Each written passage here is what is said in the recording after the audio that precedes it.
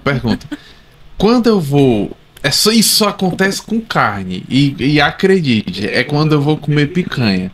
Cara, toda vez que eu vou comer picanha, eu não sei porquê, mas eu mordo o final, eu consigo morder o final da bochecha.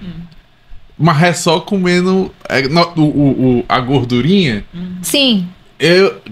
Mas é batata. Eu já sei. Quando tá chegando assim, hoje eu vou morder o canto da boca. É coisa da idade.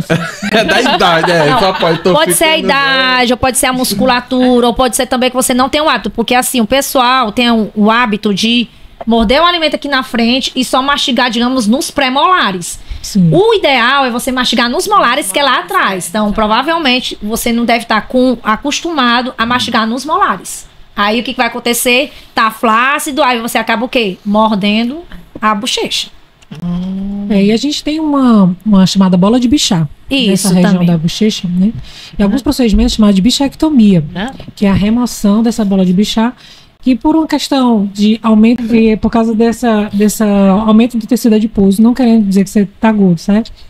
Mas então, a gente pode tirar um pouquinho dessa bolinha de Bichat para te ajudar aí um procedimento chamado bichectomia. As mulheres estão fazendo para ter o rosto mais fino, né? Há controvérsias. Uma outra mazela que eu também. Eu tô lascado, tô vendo aqui, viu, mano? Bom, outra coisa é o abrir a boca, eu consigo abrir a boca bem.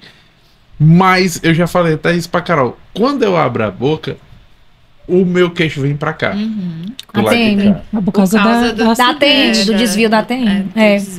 Foi por causa do acidente. Isso. Mas aí, tipo assim, isso aí resolve? Ou tipo assim, já tô velho, agora que tu quer cuidar, desgraçado. É assim, o que eu falo para meus pacientes. Qualquer distúrbio de ATM, tem muito paciente que diz que quando mastiga, ouve o estalar rangidozinho, né? Da região da articulação. Eu disse, olha, eu tô aqui mastigando e eu escuto uma zoadinha aqui dessa região. Então, esse problema, se não tiver dor, se não tiver perda da sua função mastigatória, se você não tiver perda, não precisa você ir atrás de tratamento. Exatamente. Se você tá bem, tá tudo bem, tá sentindo nada, então continua com esse desvio, tá certo? E segue a vida. É a mesma coisa, assim, tu falou nisso, eu vejo muita gente que fala com a língua entre os dentes assim, desse jeito. Muitas crianças, né, ou então até adultos que falam assim, sapato, sacola, senhora. Aí, eu falo assim, olha, isso é uma postura de língua.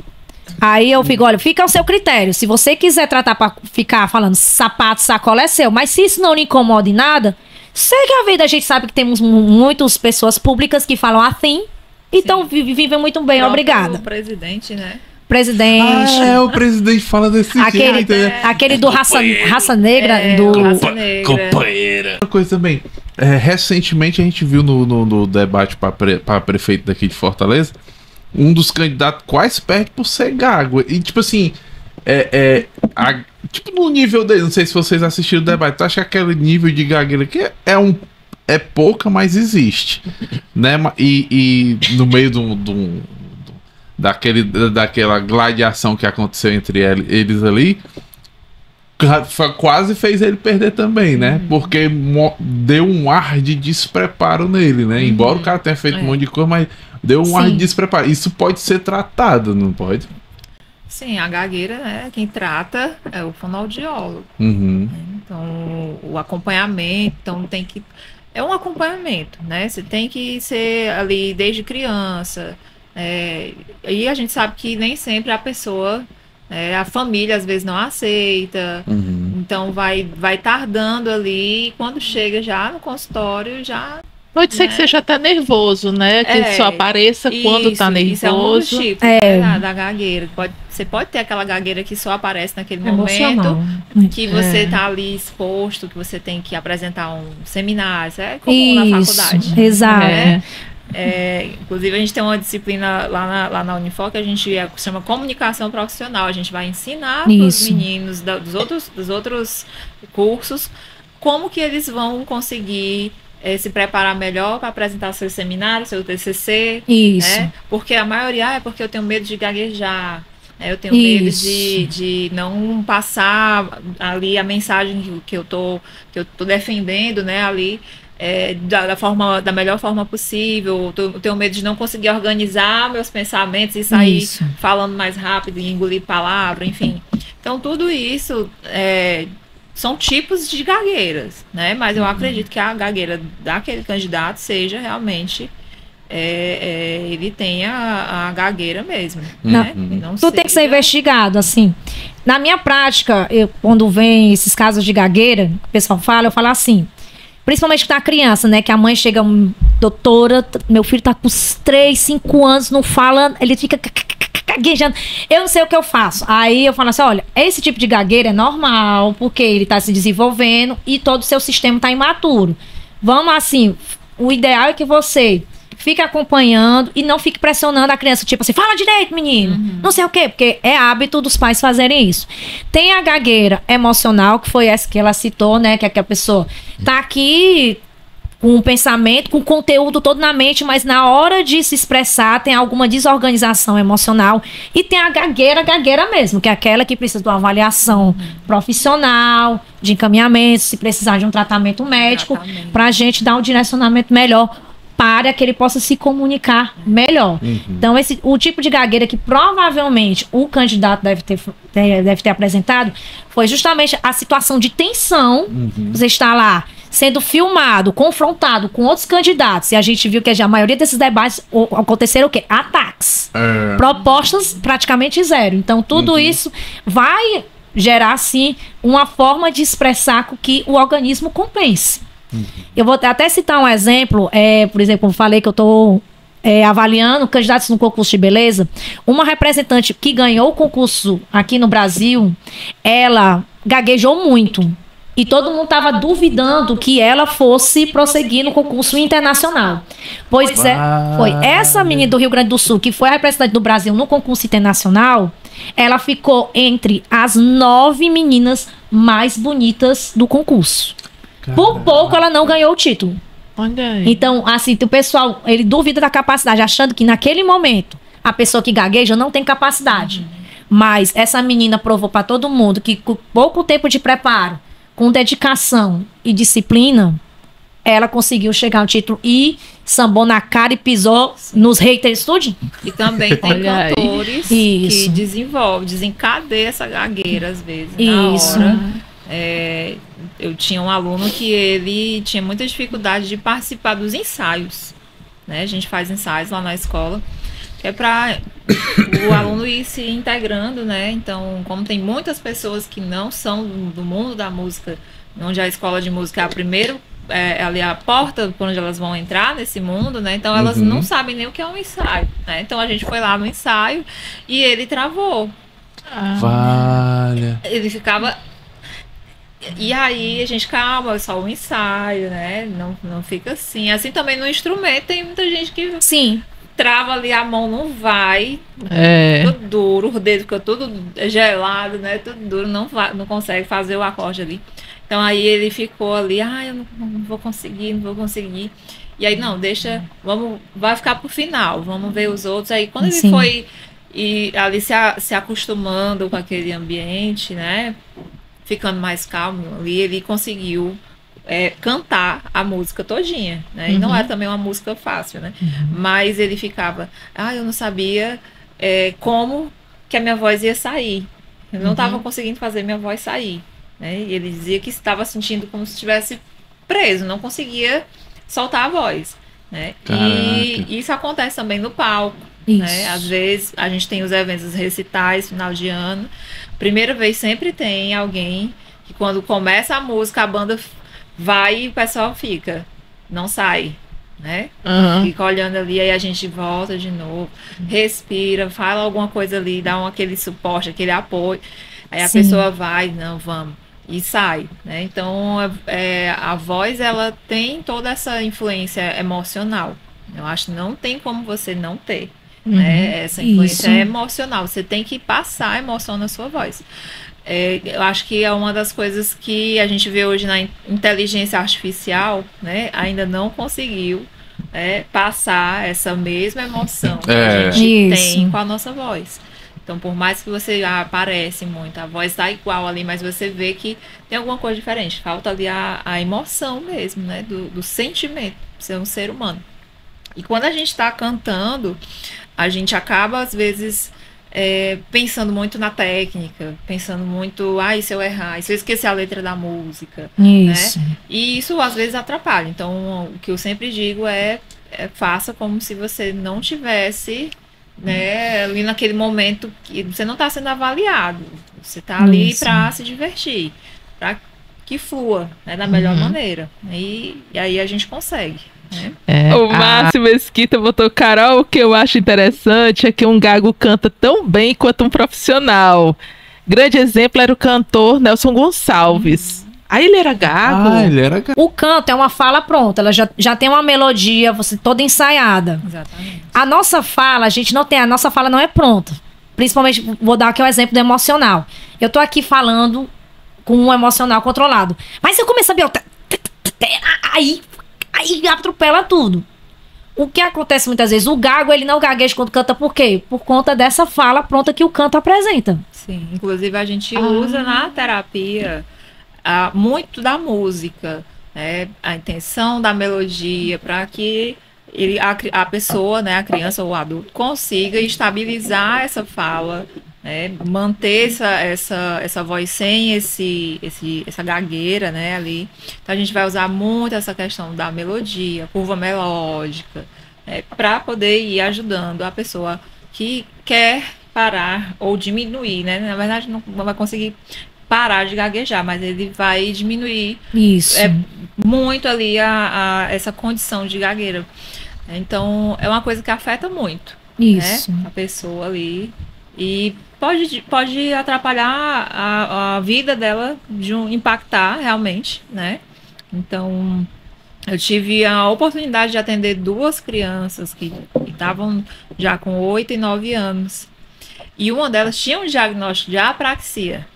O que é a apraxia? A apraxia é como se fosse os movimentos, eles ficam comprometidos, os movimentos que a gente faz da fala, né? Vou dar aqui um exemplo. Por exemplo, se você pedir bota a língua pra fora, ele não vai conseguir botar pelo comando. Mas se você der um pirulito, você quer um pirulito ou um sorvete? Ele vai conseguir. Certo? A apraxia é isso, ou seja, ele não tem ele tem assim um movimento, só que ele não tem consciência de executar quando você fala. E aí, quando ele vai falar, ele não tem a movimentação que precisa ser feita para aquele fonema, para aquele som, não sai, né? E aí, a mãe dele, ele já tem o diagnóstico, apraxia. E a minha professora, na época, eu acho muito suspeito esse diagnóstico. A gente nem escuta essa criança falar, vamos ver. E aí, a gente conseguiu... durante uma sessão ali, que ele ficou bem espontâneo, bem à vontade, e ele falou algumas coisas. Ele falou assim: eu estudo na escola. E aí eu como assim? Fala de novo. Aí ele ficou, aí mutou, né? E aí uma das coisas que a gente vai aprendendo ali é identificar algumas coisas. E aí eu pedi autorização para ficar gravando sempre ali as sessões, gravando o áudio. E de umas 2 sessões à frente, novamente ele quis falar que ele estudava numa escola que tinha uma pessoa que fazia bullying com ele. Sim. E aí ele conseguiu terminar essa frase. Falou essa frase lá. E aí a gente foi tentando imaginar que ele poderia ter essa questão da gagueira, né? Ele ainda está fazendo o tratamento lá e realmente ele foi diagnosticado com a gagueira. E aí tem muita coisa ali, quando é criança, que é importante, né, a criança ter o acompanhamento. Não só, eu acho que é isso, eu acho que é aquilo. O menino não fala, né? Então, às vezes, é várias coisas. Então, levar no fono. Buscar esse acompanhamento, entender essa história, né? Ouvir a criança, ouvir ali, tentar buscar o contexto, né? Então, a mãe dele dizia até assim, que ele falava, ela ouvia a voz dele, né? Mas ele falava só o nome, coisas curtas, sim ou não, né? Então, ali a gente já vai imaginando várias coisas, né? Várias possibilidades de ser ali aquele diagnóstico, né? Interessante como tem várias coisas que acontecem, às vezes a gente não sabe nem para que profissional levar, né? Isso. Saber que tem como tratar, tem como ir. A minha filha, ela não falava o R, então assim, tipo, preto, ela falava peto, sim. O banco, o R vibrante. O TIG, ela não conseguia falar o R, o R, né? Então, vibrante. Ela começou a ir no fono e aí um dos exercícios foi comer leite em pó. Clássico. Essa técnica. E aí, quando ela começou a falar o R, era uma alegria tão grande dela estar falando. Mas uma coisa assim, que com o tempo, aí pronto, não recebeu alta e tal, não foi mais. A gente tem que ficar no pé dela porque ela, tipo, tem preguiça de falar. Então, ela não articula, ela simplesmente fala assim com a boca parada e vai falando com a boca parada. Não mastiga, ela dá uma mini mastigada, o mínimo possível, engole, principalmente se for comida que ela não gosta, a maioria ela não gosta. Sim. Ela é autista, então ela tem aquela questão da seleção. Da seletividade alimentar. Então, se você mandar ela comer uma coisa que ela não queira, normalmente ela não come, mas se acontecer dela comer, por exemplo, ela não gosta de arroz.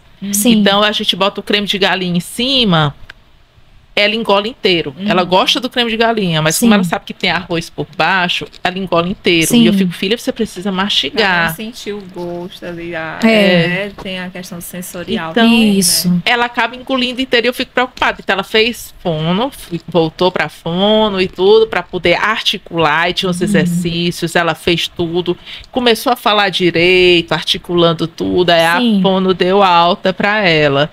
Aí passou uns 6 meses, ela já tava de novo. Aí minha filha, bora lá, os exercícios que a fono passou, tá tudo aí, continue fazendo para não regredir o tratamento. Que nem professor. Porque assim, tem que ter a constância do exercício. Vou dar aqui até um exemplo. Eu tô atendendo uma colega minha que ela é cantora de forró, porque eu quero ter essa experiência com os gêneros musicais. E eu só fiz com ela 5 encontros. No primeiro encontro, eu disse pra ela, olha, você vai ter que colocar na sua rotina um nebulizador, você vai ter que fazer aquecimento vocal, você não vai comer comida muito apimentada. E ela ela foi para uma apresentação no sítio, que a poeira, a fogueira é truando, digamos assim. E ela disse que antes das minhas orientações, no dia seguinte, após a sua apresentação, ela acordava com a garganta muito, muito cansada e dolorida. Depois que eu dei essas orientações, ela seguiu tudo direitinho. No dia seguinte, a voz dela estava ótima. Por quê? Porque ela seguiu a risca, teve disciplina. O interessante é o seguinte, que no teu caso, Carolina, é que assim, que mesmo tenha passado por o tratamento do fono, tem que continuar realizando os exercícios, as orientações em casa. Porque aí a chance de reincentivar, ou seja, de retornar para o profissional vai ser menor. Então, é interessante. E ainda mais, uma coisa que eu vejo que muitos colegas fonos não fazem, é que eles não vê, eles só veem aquele foco do problema. Não vê algo integral. Eu, por exemplo, quando eu vejo casos de pessoas que me procuram com problemas de voz e que tiveram cirurgia de tireoide, eu já pergunto logo, por acaso você engasga? Porque pode acontecer de ter tirado um nódulo perto do nervo, que também vai desencadear engasgo. Aí quando a pessoa me confirma, eu já digo logo, pois eu vou lhe encaminhar para um profissional que trata tanto os episódios de engasgo como sua voz, porque eu só trabalho voz. Então é interessante assim, que o profissional também tem essa visão, digamos, mais sistêmica, e que dê as orientações necessárias para o cliente e a família que o acompanha, para que ele possa seguir fora do ambiente do consultório. What's wrong with the world, mama? People never lie. Wrong with the wrong with the wrong with the wrong with the wrong with the world, mama. People killing, people dying, children hurt and you hear them crying. Can you practice what you preach? And would you turn the other cheek?